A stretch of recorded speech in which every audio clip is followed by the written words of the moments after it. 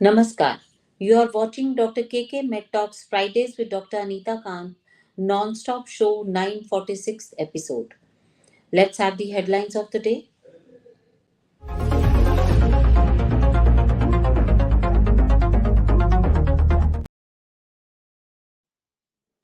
Systemic inequities are putting women's health and lives at risk. Heart and Stroke Report. According to a recent study, long COVID can affect heart rate variability. Autopsy study provides new insights into yellow fever's impact on heart. Recent survey has revealed that women less likely to be given CPR than men in public places by bystanders. Two automated external defibrillator machines have been installed at Lok Bhavan in Lucknow to help handle cardiac arrest cases. Let's go to the topic of the day.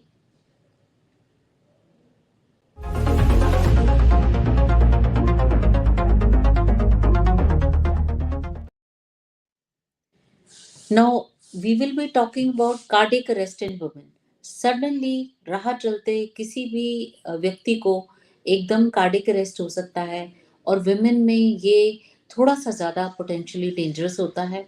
जैसे कि अभी news में बताया कि कई लोग females को revive करने से घबराते हैं। तो आज इसके बारे में बात करने के लिए हमारे पास आए हैं doctor Keshav Murthy CB. He is a distinguished medical professional with extensive qualifications in the field of cardiology. Dr. Murthy holds an MBBS and MD in general medicine along with an advanced degree in DM and DNB in cardiology. With over 24 years experience in interventional cardiology, he is trailblazer in the field, boasting numerous firsts. A sought after national and international cardiology speaker, he serves as the principal investigator in clinical trials, a consultant editor, and a past president of the Cardiology Society Mysore chapter. His remarkable career includes over 25,000 coronary angiograms and 5,000 angioplasties, solidifying his status as an eminent interventional cardiologist. Dr. Keshavmurthy is dedicated to providing compassionate and comprehensive healthcare services, making significant contributions to the well-being of patients in the Mysore region. Although he very casually said, "Just introduce me as interventional cardiologist from Mysore," but I think मुझे सुनने वालों को बताना चाहिए. So today we will be talking about cardiac arrest in women. So shall we start, sir? Sure. Thank you for the very kind introduction. I don't think I deserve so much of accolades. I'm just a simple Uh, interventional cardiologist and trying to do my best for my patients. Yeah. So, what are the common misconceptions surrounding cardiac arrest in women? Yeah, very current and interesting. And today's topic you have chosen for discussion. There are several misconceptions about cardiac diseases in general and also cardiac arrest in women. I would say we all believe just even as recently as a decade that women don't have so many heart attacks as men. They have less heart attacks, they are prone for heart diseases and all. But you would be surprised to know, if I ask the question, what is the commonest number one killer disease in women, you will all think of women related diseases like cervical cancer or breast cancer or uterine cancer or pregnancy, some diseases like that. But if you put all the five cancers in women together, still the death due to heart disease exceeds that. This is one common and very common misconception in the general public, and also surprisingly even among doctors. When they were surveyed, they said women are less prone to heart attacks, and that belief persisted. But of late, in the past decade, especially with several talks and webinars, and that demand for equality has been there, and that has kind of turned the things around. And now when a patient sits in front of us, woman or man, and there is no discrimination, we apply the same kind of diagnostic modalities and provide them with an equal kind of attention and treatment, which has improved the outcomes. So, how does cardiac arrest in women differ from that in men in both in terms of symptoms and the risk factors. Yeah. Women and men have the common normal, so-called normal risk factors, which we think of as hypertension, diabetes, dyslipidemia, high cholesterol levels. All these are common amongst both men and women. But up to the age of 45, up to the age of menopause, women are protected by the protective hormones, the estrogen, especially, which has beneficial effect on the endothelium, thereby reducing the risk of vascular diseases up to that age. But once that passes and a decade passes after that, the incidence of heart disease becomes equal in men and women, which is a point which we frequently ignore and continue to look at women as low risk. It is not. And also, there are certain factors in premenopausal women. If we see the last 5 years data, heart diseases between the age of 35 and 47 has been steadily increasing because of various factors, the regional factors, maybe the peculiar or unusual things like smoking in women. You would be surprised to know that worldwide there is a decline in smoking trend, especially because of government regulations or people awareness, or in Europe, US, and all that. There is a decreasing trend in tobacco consumption, especially smoking. Whereas in India, in the 11 to 20 age group, the teenage and the college going population, smoking is increasing. And also, the most surprising factor is smoking is increasing in women in this age group, which is most shocking. We would think culturally we are a country more conservative, and our especially women don't smoke, especially in public and things like that, which is a kind of a serious misconception. There is a progressive increase which is worsening heart disease. The other important factor that I would mention is if we see the younger women with heart disease or heart attacks or strokes, they almost always have diabetes as a risk factor. This is one ignored segment.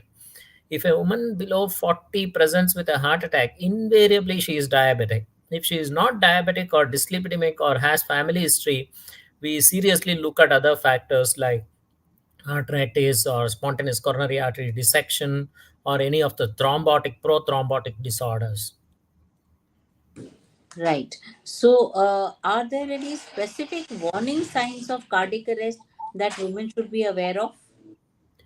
Absolutely. One of the important distinctions in men and women is that men, as soon as they get their symptoms, they go to a heart specialist or even their GP and tell their symptoms straight. Whereas what studies have shown that in women, they do not have classical symptoms of chest pain. They have atypical symptoms, like, for example, extreme tiredness or giddiness or a syncope or a backache or a shoulder pain or an arm pain or jaw pain. These are all atypical symptoms. These classically, when you go to your general practitioner or a doctor, if you complain of a backache in the mid back, nobody will take an ECG or investigate you for heart disease. So, especially in women, they present late. They ignore their symptoms for the well being of the family, which they sacrifice. They don't find time in their work. They spend most of their time taking care of the family and other family members and children, especially. So, they ignore their own symptoms and present late.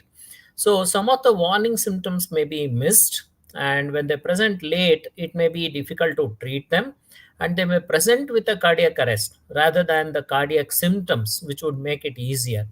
And also, like you rightly pointed out in the news item itself, when especially in the public places, women develop a cardiac arrest, there is a significant reluctance by the bystander to do CPR and give them attention because of various fears. Of course, as medical personnel, we can overcome them, but in the public, touching a woman, a stranger woman in public is no no, especially in our culture. And this, surprisingly, when I was reading for the some information for this talk, I realized that they don't receive as much cardiopulmonary resuscitation as a man would have in a similar situation, which I think should be overcome. And with more education, more public education, a cardiac arrest is a cardiac arrest. A human life is a human life. It is not distinguished by gender in any manner. I agree with you totally. So, how does stress impact the cardiovascular health of women and contribute to the risk of cardiac arrest? Oh, it's an absolutely important point. In the modern era, when we see with the competitive lifestyle, the comparative kind of lifestyle, stress has become an extremely important factor for causing vascular disease, heart attacks, and strokes. We see many patients in their 30s and 40s, many times working in they say IT industry is more prone because they are sedentary and work with kind of timelines and they set their dates and things like that. But also, other than the IT factors, also there is a tremendous amount of stress in the modern lifestyle, which women tend to take it upon themselves. And when we find that they do not have the conventional risk factors like hypertension or diabetes or high lipid levels, stroke seems to be an important, a very important factor causing heart attacks as an isolated risk factor. And many a time we tell women and ask, nowadays we are more conscious about asking about these factors, whether you are stressed at home due to any reason, especially when we find that they are presented with high blood pressure, high heart rates. We specifically question them and try to find out, though many women are reticent to share their problems about their familial stress. When you particularly question, they do give a kind of a non-verbal communication, and from there on we can guess that and try to address that as a primary risk factor for heart disease. Right, right. So, another thing that you can tell our listeners today is, our viewers, are there any preventive measures or lifestyle changes that can significantly reduce the risk of cardiac arrest in women, like you said, smoking? Absolutely. The most important thing in heart disease is about 60% to 70% of heart attacks are preventable. That is the saddest thing that is happening. There is not much attention being given to the preventable aspect of coronary artery disease, though it is a non communicable disease. We know that there are several national programs for, say, tuberculosis or leprosy or nutritional programs and all that. But in this era, in this decade, and particularly in the next decade, we have to definitely give more attention to prevention of cardiovascular disease. In fact, cardiovascular disease is the number one killer in India, and we contribute about 60% to the world's vascular disease burden, which is again a big number for India. So prevention is an extremely important factor. I would stress on that because prevention is better than cure, like the old adage goes. And when we talk of prevention, it's all about diet, lifestyle. We know that hypertension, diabetes, obesity, the obesity epidemic or the diabetes epidemic are all related to lifestyle. So we call this group of disorders as lifestyle disorders. So by a simple change in lifestyle, by adopting better dietary practices, by being less sedentary, by being more active, by doing some kind of physical exercise every single day, by modifying our food habits, reducing the saturated fats and sugars in our diet, for example, for us, not only for us, for our family members, for our loved ones, for our children. I would emphasize here that whatever diabetes epidemic that we are seeing in the present decade is a result of faulty diet of the past 2 decades. And what are we doing about children? We are still feeding them the same saturated food, the fast food. We think that children should look more rounded and what we call so-called healthy in inverted commas, and we try to feed them more fat and sweets, which is an absolute no-no. Imagine what will happen in the next 20 years when these children become adults. Diabetes, which is now about 15 to 18% in the urban population, will become 40% or 50%, which is a very high number. We are already the world capital of diabetes and cardiovascular diseases.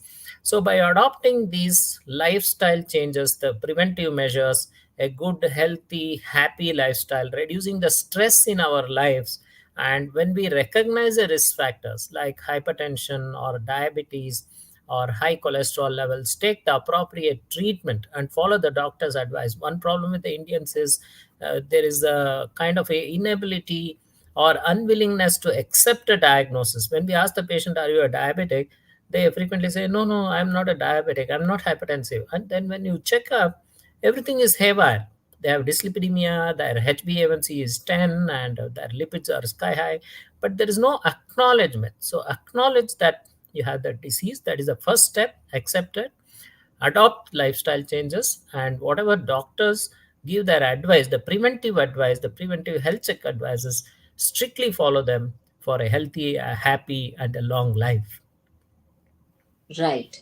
So you did talk about age influencing the likelihood of cardiac arrest in women. So how can different age groups, address their own risks?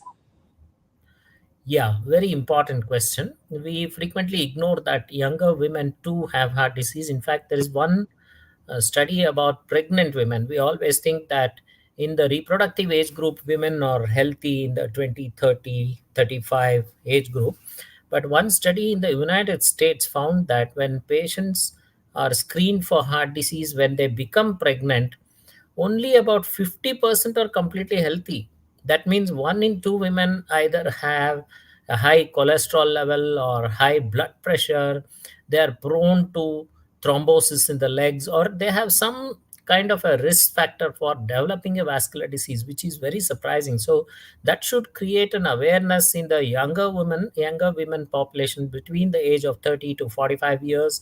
And that concept of that till menopause we are completely protected is totally gone. I think we should remove it from our mind. It is misleading, and it leads to less investigations for women. It should equalize, and we should recognize the diseases earlier and treat them. And once they cross that menopause, they become equal to men. So every possible care in terms of diagnosis, in terms of investigations applied, in fact the treatments applied should be equal between men and women. One more surprising thing I would like to tell you is that in even in advanced countries like say United States or Europe, women, especially the colored race women, have lesser access to healthcare, especially cardiac interventional procedures. Less devices have been used, less kind of proper guideline directed therapies have been applied. So, to women. So, this discrimination should end once and for all, and we should treat all patients equally, recognize the risk factors at the appropriate time, and apply preventive and therapeutic methods in an equal manner across all age groups. So, no age is exempt from heart disease, I would say. Especially if you have a parent or a sibling with heart disease, your risk becomes very high. You get assessed earlier and get yourself treated and apply all the preventive measures to prevent any first vascular event. So like you said, there are genetic factors, that contribute to these problems. So can these be mitigated in some way? Yeah, genetic factors should be recognized first, especially like I just mentioned, family history is important indicator that there is some genetic happening going on, especially with respect to hypertension, diabetes, heart attacks, dyslipidemia. All these are of polygenic inheritance. That means a group of genes are ones which are causing these problems, and there is a lot of genetic research going on, and I hope in our lifetime or in the next few decades there will be some kind of a gene therapy that will come into play. It has already started with respect to some single gene diseases, but for these polygenic multiple cause things, there is not a therapy that is available, but soon it will be. So once you recognize, there are certain indicators, like for example, early onset of coronary artery disease, or you have a family history whereby your sibling or a cousin or a parent has died at a young age of a sudden cardiac arrest or a sudden cardiac death or hypertrophic cardiomyopathy. So these are all recognized conditions. You have a family history of high blood pressure, both your parents are diabetic and dyslipidemic or have had a stroke. So all these are very high risk factors and indicative of a grouping of genes which are causing these to run in your family. So when you recognize that, you give additional care in terms of repeated checkups, visit to the doctor to have preventive health checks. There are recognizable risk factors which are well recognized and can be treated so to prevent heart disease. So are there any advancements in medical technology today that can aid in early detection and prevention of cardiac arrest and cardiac disease in women especially? Absolutely. Conventionally, over several decades, there has been a methodical improvement, a steady improvement in diagnostic and whatever that pre-test probability or prediction of coronary artery disease, what we call. So there are conventional things which have been recognized, like we spoke of, like we check the lipid profile, we check the lipid subfractions and try to find out. We do the basic investigations like ECG, echocardiogram, treadmill testing. All these will give an indicator of the vascular health of the individual. But of late, there are very advanced things, like you take the picture of the retina of a patient and see that there is an early atherosclerosis. So this gives a very early alert for us.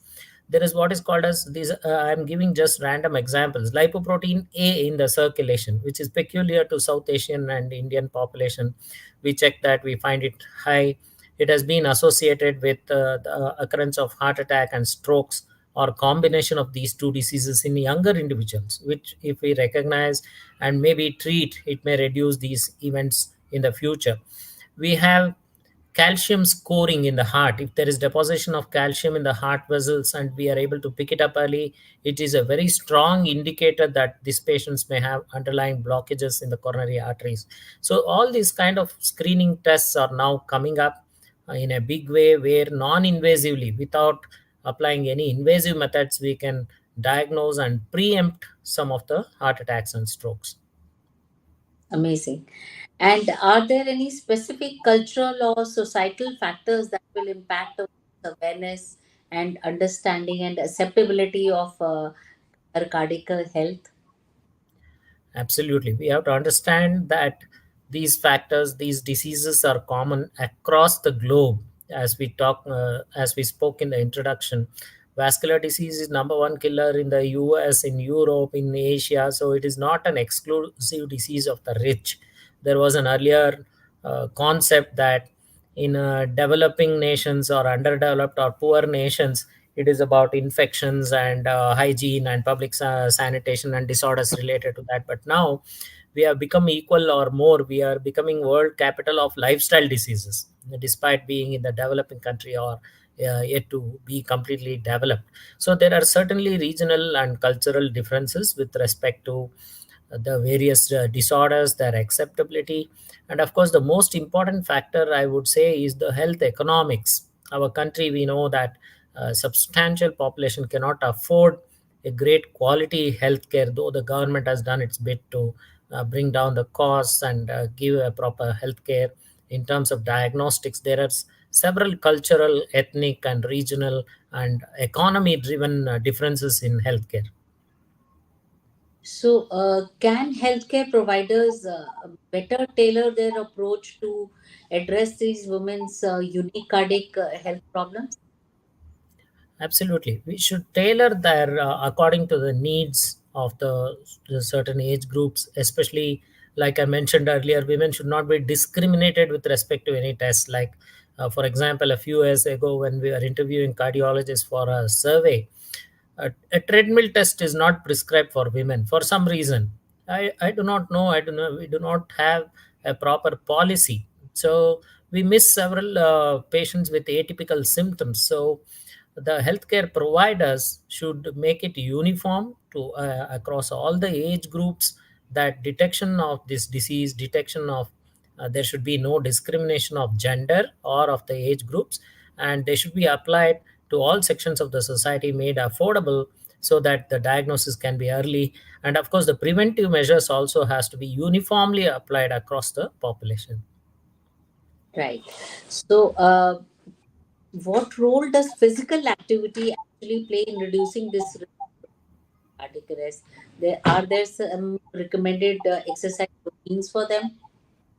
Yeah, very important question. Like I mentioned in one of the earlier questions, physical activity plays a very important role in preventing several disorders.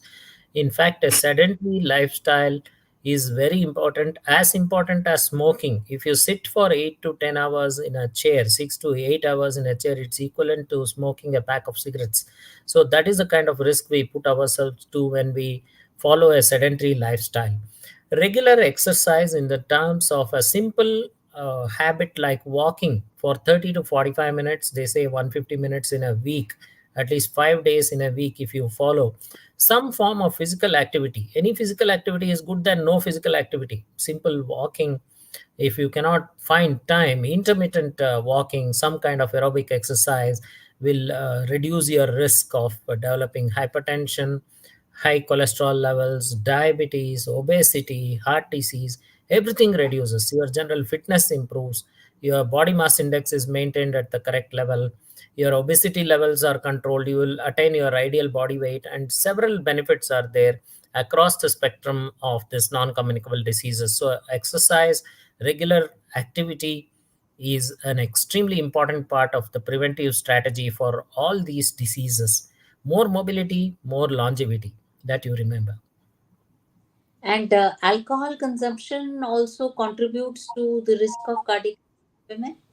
Absolutely, absolutely. Consumption of alcohol, even in our conservative society, we think that there are various misconceptions that alcohol protects the heart. It is absolutely no, no.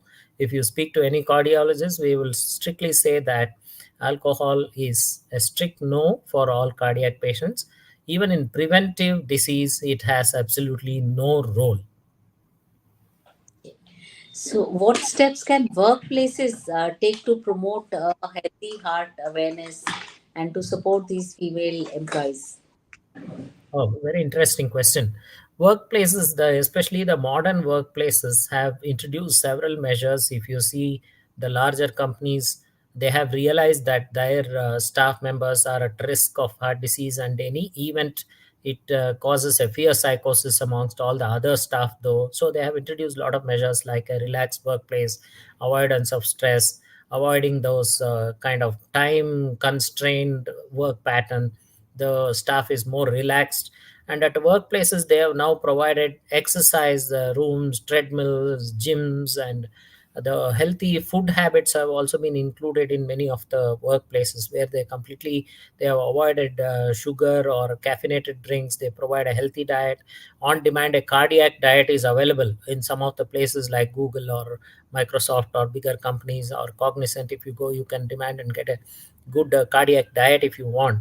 So all these changes, of course, they have become more conscious. They are the ones who have created chat gpt and artificial intelligence. So now they have realized by applying the same measures that heart disease can be prevented, so they are doing their best.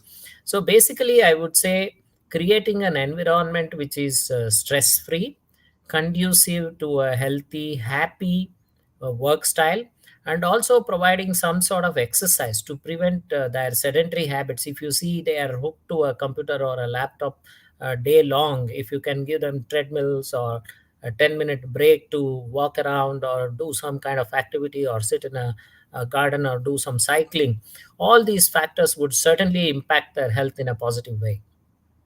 Right, right, you are. So, we tend to see that women, especially Asian women, those in India, they tend to gain weight near in their mid body, abdomen, the buttocks. And are these women more prone to heart disease, like the PCOD women also have pear shaped body? Are they more prone to heart disease? Absolutely. Very important risk factor in our ethnicity, especially in India and Southeast Asians. We see what is called as an abnormal waist to hip ratio.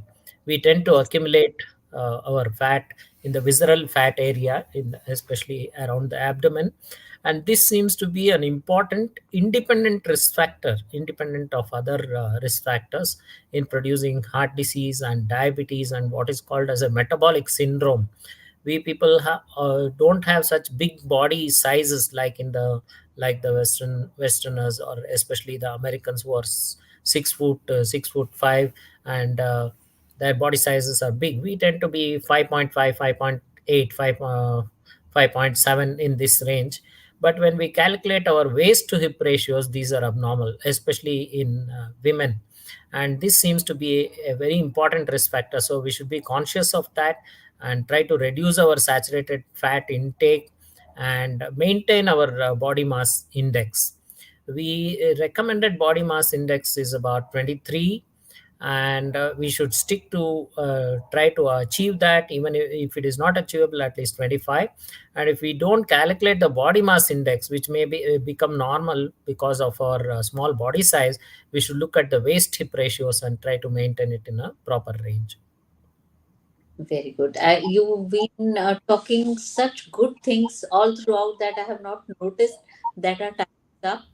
Thank you so much, Dr. Keshavmurthy, for joining us today. Could you show us the certificate, please?